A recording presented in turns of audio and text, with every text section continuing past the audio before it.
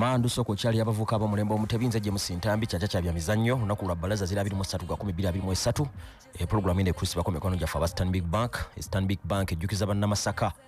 babaletedde Stanbic Love Market Day egena kwere wali mu Liberation Square Friday nga 27 ne Saturday nga 28 omwezi guno utandika saa 3 ezokumacha ba businessmen nga 15 aba baliroko bagenda kwa balaga ebintu bye bakola ate namwe musobola okubiraba okuyingira bwerere waliyo ebyamasanyu bingi nnyo face painting eri abaana abato bouncing castle waliyo abayimbi abakabi waliyo okulya n'okunywa okuyingira bwerere bina nga biteeredwa mu sente banafa Stanbic Bank okusingira ddala baagala kulaba nga basitula obulamu bw'omuntu obwa bulijjo n'olwekyo gwagala okuyiga jangu ate naawe ayina byoyagalera okutunda begatteko jjukira ojja kuba essimu etali yakusasulirwa eri noti 8 noti 15 noti 8 noti 15 essimu eyo si yakusasulirwa oba sekyo kyala wali ku Stanbic Bank etabiri ya Masaka weyongera okwebuuza omanye embeera nga bwegenda okutambula. Stanbic Bank werinnya okutuukiriza ebigendererwa byonna era ye bank erwansi bank ekulu ya Uganda n'ekirala sente zimuteeka zikumibwa ekitongole ekya Deposit Protection Fund of Uganda gyetanire nnyo buterevu obulamu bubenga ate busobolera ddala okukyuka obulungi ennyo mu mbeera y'emu ne bannanga ab'e Masaka aba KV Pool Arena nabo bakuleetedde Masaka Regional Double Elimination Pool Championship 2023 okwewandiisa mitwalo 2 gyokka jjukira empaka zino zaakubaayo ku deeti ya 4 ne 5 mwezi ogwa Novemba era zitandika ssaawa nyezo okumakya naye mutandika okwewandiisa mu kadde kano ku bitabo bya Uganda giri 2 gyokka ebirabo we biri bingi ebyokuwangula abaagala okumanya ebisingawo musobola okuba ku ssimu zino ku noti 755 15 36 41 noti 755 15 36 41 oba ne ku noti 776 15 36 41 abagala okwetaba mu mpaka zino jjukira waliwo ebirabo bingi ebyokuwangula omuwanguzi ayina emitwalo 10 owokubiri emitwalo 5 owokusatu mitwalo 20 owokusatu mitwalo omuwanguzi kakadde owokubiri mitwalo 5 owokusatu 25 owokuna oyo wa mitwalo 12 ate nga n'okuva ku 5 mpaka ku 8 bajja bafunayo ate emitwalo 5 so muwandiise mu mpaka ezo ekisooka mutumbule talanta zammwe nejjukira waliwo ate n'ebyokuwangula mu mbeera eyo. Enkuka tobongoota 2023 wali mu lubiri Mengo tuyingirira mutwalo gumu n'ekitundu mutandika okusonda ssente bw'otandika kati okusonda siringi 10 enkuka eneegenda okutuuka nga ssente wazifuna ddango olina n'ez'okulya n'eza transport so tandika kati mujja ate tumaleko omwaka ffenna tunyumirwe binonogo bingi nnyo ebitegekeddwa. Wane waffe twabadde ne match day 4 okuva ku lunaku lwadde lwakuna mu liigi yaffe y'ababinywera yakomekerezeddwa ku Saturday twabadde n'omupiira gumu gwokka ogwaggweredde malira agatali mu ggulu gwe omupiira gwa ttiimu ya Busoga ng'esamba n'Embarara City. By the way Embarara City tennaba kuwangulayo mupiira gwonna tennateebayo ggolo yonna bagikubye gumu edrowinze 3 neke yabakubanga baggulawo season bali under waswa bossa so ne ku match day 4 bakoze amaliri nga bakyalidde Busoga United naye ng'emipiira emirala ejazzeeko gyasobodde okuproducinga goals 14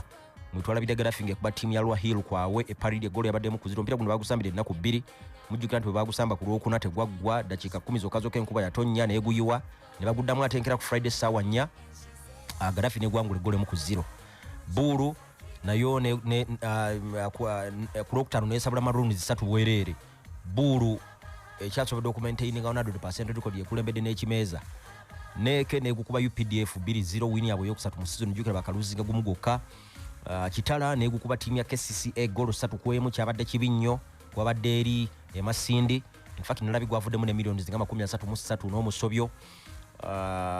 Kitala nayo esobodde okumaintaininga 100% record KCCA tennaba kuwangula mupiira gwonna ne ku match day 4 ng'ekomekerezeddwa Vipers ne Villa bano bakoze amaliri ag'omunaana nga beesanze mu liigi jukira bakoze goal ku Friday gwadde gwa ku Bitaala URA negukuba Kiso Giants mu 0 Express negukuba Brett Stars mu 0 yabadde Alpha Thierry Sali dakika badde nga yakubiri yabadde agulawo account ye mujozi gwa timu y'Abanafa Express so bwetu match day 4 nekomekerezebwa bwetyo Bulu n'Ekitala bakyali ba table leaders bonna balina points 12 tebanaba ku losing game yonna dokola amaliri bawangudde gyonna Express eri unbeaten na points 10 Vipers na eri unbeaten na points 8 jukira nti yakoze amaliri ga mirundi 2 URA naye yakoze amaliri ga mirundi 2 era naye nga naye kyali unbeaten Villa eri ku points 5 KCC na Hill abo bebatanaba kuwangula mupiira gwonna nga gyonna babasabudde busabuzi tebanaba wadde n'okukolayo amaliri yembeera eyo tusuubira match day 5 okuddamu olunaku olw'enkya era tujja kuwulira embeera nga bwe nebeetambudde side yago kyolina okukola kwekumira ku radio madusi abavuka ab'omulembe omutebi bw'ogenda eri mu Premier League tuli ku match day 9 Premier League y'omugwanga ery'Obungereza tuli ku match day 9 match day 9 efundikirwa olwaleero ne London Derby wakati wa timu ya Tottenham ng'esamba ne timu ya Fulham ssaawa nye ez'ekiro. Tottenham yemu ku timu zentono ennyo mu Premier League ezitannaba kuluusinga mupiira gwonna.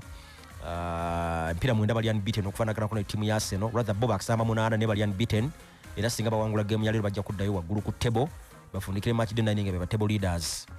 Bali mu bulamu nga tebalina Yves Bissouma yafuna red card juzi nga basamba ne timu ya Luton. Naye balina Pierre-Emile Hojbjerg okuva mu ggwanga Denmark asobola okugattawo. Just Yves Bissouma kyamusinga omupiira gukozesa ebintu bingi mulungi ne mugenda maaso. Hojbjerg ye timu agiyamba nnyo mu kuzibira fizike yagiina mu kuzibira abantu asobola okutomera ekyo kyamusinga. Naye nga basamba ne Fulham etalina basambi almost bana bolowooza nti basambi bankizo Kenny Tete, Adama Traore, Tosinado Rabiot, Issa Diop mu kisenge bonna tebabalina. Ate jjukira ebyafaayo byabwe nga basamba ne timu ya Spurs si birungi. Spurs badde basabula mipiira omusanvu kwejo 8 egisembyeyo.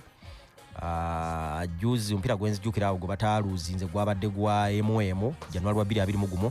mu kisaawe kya timu y'abanafu aba Spurs wegenda okukyaliza olwaleero. Ne bw'otunuulira empiira nga 17 gye basembera okuzannya mu Premier League gyakozesa nga Fulham erina mu wini emu yokka. Ate yajjamu 2013 mwezi ogwa Maachi yali emu 0 ku White Hart Lane. Mpira wonna egizeeko Spurs badde maliriza against Arsenal avoidinga defeat bwetawangula wakiri ekola amaliri. Mweje mpira 17 gye njogerako timu ya Fulham ojja kugisanga nga tetebye goal esukka mu emu. Olaba nti ne lwe bawangula mu 2013 ne goal baateebeemu. Okujjako season eno mu Carabao beesanze era ne bakola goal emu ku emu ku Craven Cottage. Naye Fulham yamaliriza eggwangudde 5-3 ne yesoga oluzannya oluddako. Maybe kakati Spurs ejja kujja mupiira guno nga na ezze n'okuwolera eggwanga then okwagala okulaba nga ateddayo waggulu ku table. Gwa ssaawa nnya tujja kukutuusaako eddakiika zonna 9. Chelsea ne Arsenal rivalry yaabwe ku weekend twabadde nayo ey'ebibiri-mu-8. Jjukira nakugambye yasooka okubaawo nga 9 November mwaka gwa 2017. Chelsea yali 2015 kakati basooka okwaragana ne timu ya Arsenal mu mwaka gwa 1907 nakuzo mwezi nga 9 mwezi gwa November.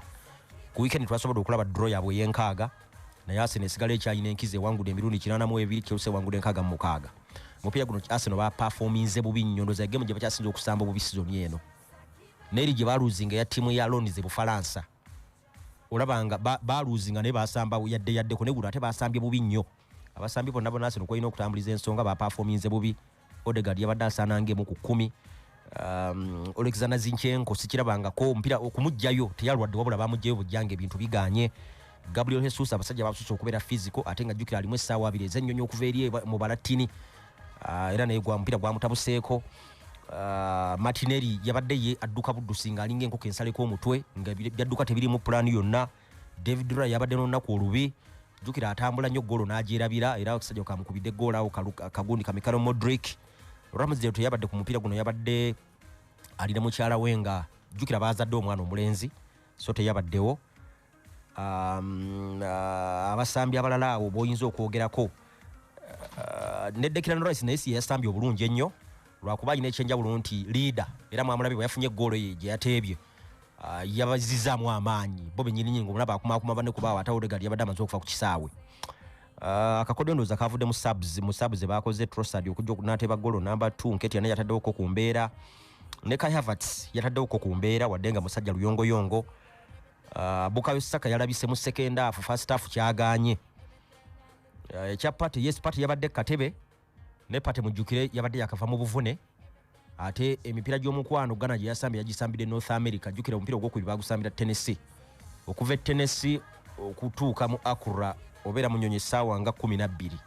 kati ate gye yavudde okujja e London essaawa ezo endala ziringa nga 67 so naye omusaasira mu konti yabadde mukoowu maybe ndowooza ate yakirabye nga alabika mukoowu n'ayagala amuterekera omupiira gwa ttiimu y'abanafu aba Sevilla gwe bazzaako.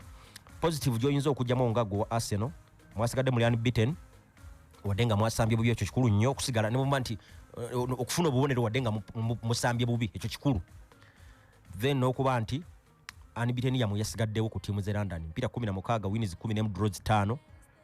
ate era guno gwe mpira gumwasooka concedinga kwawe season eno. Jjukira empira 3 mbadde musamba kwawe mbadde mugimaliriza mukoze clean sheet Crystal Palace, Everton, Bournemouth ne guno gwe gwasoose. Season Arsenal gyasemba okwangula ekikopo kya 2-3-2 ya unbeaten era yatuuka ku mipiira 9 ng'eri unbeaten kubeera yagimalako eri unbeaten ne ku luno atejjukira ku luli ku match ey'omwenda basamba na Chelsea ne bagiwangula 2-1 ku luno bakoze nayo maliri ga 2-2 sigambye nti bagenda kuwangula ekikopo naye njagadde kikugirayo ekyo abajjukira Chelsea beepise nnyo of course bino mu ddabe bibaawo beepise ekiyitiridde naye era walabye babadde nalakemu kuba ekyamazima golo ya Mikhailo Mudrik kirowooza nti wadde nga ye ayogera nti goalkeeping coach we yakimugambye nti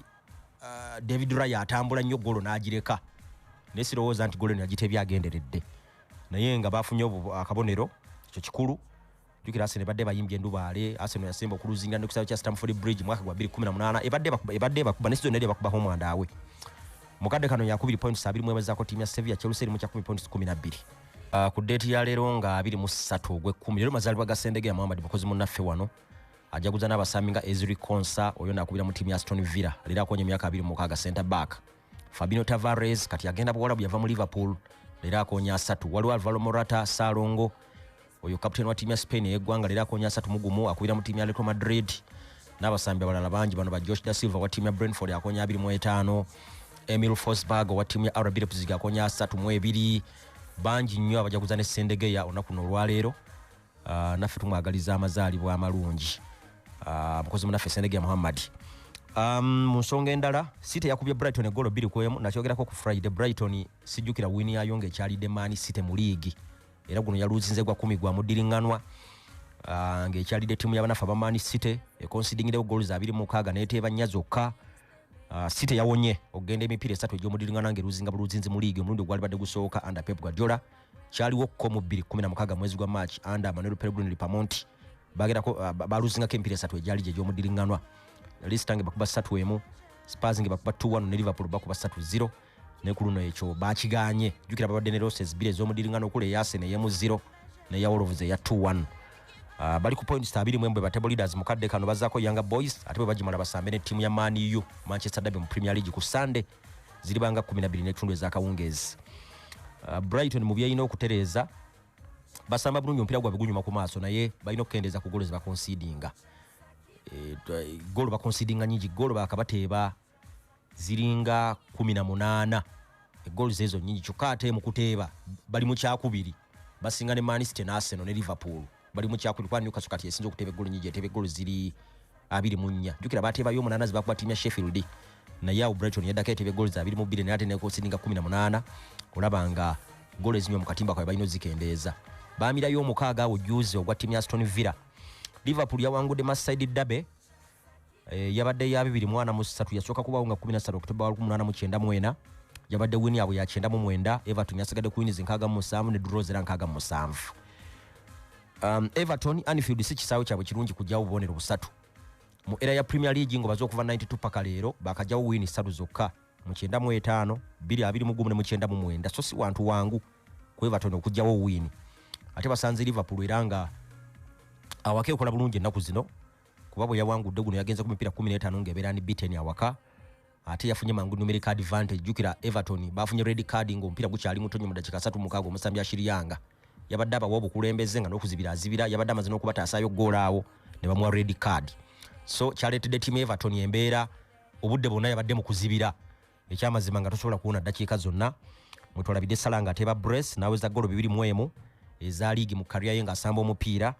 ate era ne mukadde kano ebibalo by'obulabanga birungi mipiira 20 mipiira giringa nga 24 egya liigi gyasembye okuzannya kati alina omukono mu goals 28 nga ateebye goals ziri in fact alina omukono mu goals ziri 29 kuba ateebye 18 n'akola assist ziri 11 ne Liverpool n'agiyambako okubeera mu kyokusatu mukadde kano egenda kuzzaako timu y'abanafu aba Turum mpaka eza Europa kuna kujja kwera lwakuna erina points ziri 20 zesobodde okunganya mipiira 9 gye twalabyeko then emirala United okuba timu ya Sheffield egolo 2-1 ya strugglinzeemu naye bagamba a win is a win abasambi okwabadde Scott McTominay sako Diego Dallo manyi tekiba kyangu nnyo mupiira kutandika ng'essuubi olina mu Diego Dallo teba Scott McTominay okukuteebera era oba osinga kulowooleza nnyo basambi bano abasamba bifo ebyo mu maaso kino kitegeeza bukujjukujju bwa musambi ng'oyo teri coach atendeka right full back we nti teeba golo tugenda tuzisuubira mu ggwe bubeera bukujjukujju bwa musambi nga Diego Dallo era nadde nsobola okumulonda nga man of match yabatebedde golo n'amatu yaleese obubonero obusatu. Ne Sheffield najogerako ku Friday ye timu esinga okukola obubi, ye timu gye basinze okuteeba eggolo ennyo bakagiteeba kati eggolo 24 yeeteebyeyo nga 7 zokka. Eruzinze emipiira 5 egisembyeyo naye nga bagiteebedde mu goals 17 ne conceding 3. So timu ngeeyo United bakulemwa kuwangula mupiira yabadde terina kyetugamba. Eri mu kyamunana points 15 ezako Copenhagen ejja kubeera waka ate Malesa me Manchester Derby ku Sunday nga 29:12 n'ekitundu. Newcastle kuba Crystal Palace golo 4-0 bali ku run ya mipiira 8 nga bali unbeaten basambide mu timu z'amanyi nga AC Milan, PSG, Man City. Jukira basembe kuba timu ya Crystal Palace golo 4-0 basemba okuluzinga ku mupiira nga 2 September yali Brighton nga basabule golo 3 ku Amex. Bintu bibatambulira bulungi bali mu kyamukaga points 16 bazzaako Dortmund mu Champions League awaka ate bamale bakyalire timu ya Wolves mu Premier ku weekend. Then timu endala ekola obulungi ennyo Aston Villa under Unai Emery awaka efuddewo katiro eri ku run ya games 11 ngewangula buwanguzi awaka. Jukira basembe kusabulira timu ya West Ham golo 4 mweje emipiira 11 emipiira giringa ng'esatu gyokka gye batateebye golo 3 na kudda waggulu. Waliwo gye bawangulemu 0-2 n'ogwa 2-0 gumu egisigale badde bateba golo 3 okuva ku 3 okudda waggulu. Baakuba ne timu ya Brighton use golo 6 awakaawo si basajja bangu bali mu kyakutaano points 19 bagenda kuzaako timu ya AZ Alkmaar mu kakopo kali aka Europa Conference League. Then banagimala bazzeeko timu ya Luton bajja kugikyaza. Ba Newcomers bikyali bibi. Sheffield yeri ku bottom kubulidde ye timu etana bakuwangulayo mupiira yo ne Bournemouth bana bakuwangula mupiira mwenda gye twalabyeko. Luton inayo win nayo weri wabi points ziri nyazo kaba ina win yemo. Burnley Aviation Company nayo weri wabi conceding goals 23 yakubiri mu conceding goal nyingi ku weekend bagisabudde 3-0 Brentford ina win yemo yokka. Emikisa gyabwe gy'okusigala mu ligi ndabange emisaamu saamu. Italy match day 9 Inter kati yekulembedde AC Milan yabadde ne chance ekulembera Juve ne mukubira awaka. Juve agenze ku points 2 mu kyokusatu. Ne Napoli yawangudde ku points 17 naye yakutaano. Mu La Liga bali ku match day 10 Madrid nayo yakoze ne Sevilla gole mu kuwamira ku points 25 sebaganya ne Girona mu bubonero goals ezibawula. Jukira Girona yakubye Almeria 5-2 ate Madrid nekola draw yemu so balina points 25 na goals ezibawula. Madrid yekulembedde baka ye timu yokka ekyali unbeaten mu La Liga points 24 basembe kuba timu ya Bilbao gole mu ku 0 kamusayi mitoka myaka 17 bakaita Magui akalenza ako kavudde na katebe nekikatwalira sekonda 3 okuteeba golo yawanguza Barcelona omupiira negira ku points 24. Atletico Madrid inayo a game in hand ina points 22 bawangudde ku weekend. Bogena mu Bundesliga bali ku mipiira 8 Leverkusen ya Alonso ekyalemedde ko jukira eri unbeaten ne Bayern kyekoze draws 2 ate yo Leverkusen ekoze draw emu yakola ku Bayern igisigadde gyo negiwangudde era yekulembedde ekimeza points 22. Stuttgart ina points 21 Stuttgart inayo loss emu naye ate wangudde emipiira gyonna emirala 7. Bayern eri mu kyakusatu points 2 Dortmund eri mu kyakuna points 2 naye eri unbeaten wins mukaga draws 2. Bogena mu French League 1 Monaco yakulembedde points 2 Nice ebufalansa yatandaba kuluzinga mupiira yekka ina points 10 bakubiramu ne timu y'abanafa PSG. Lyon under Fabio Grosso yasembye bamukubye 2-1 awaka timu ya Clermont-Foot golo 2-1. PSG ali mu kyakusatu wadenga yawangudde nayo ali mu kyakusatu ina points 18.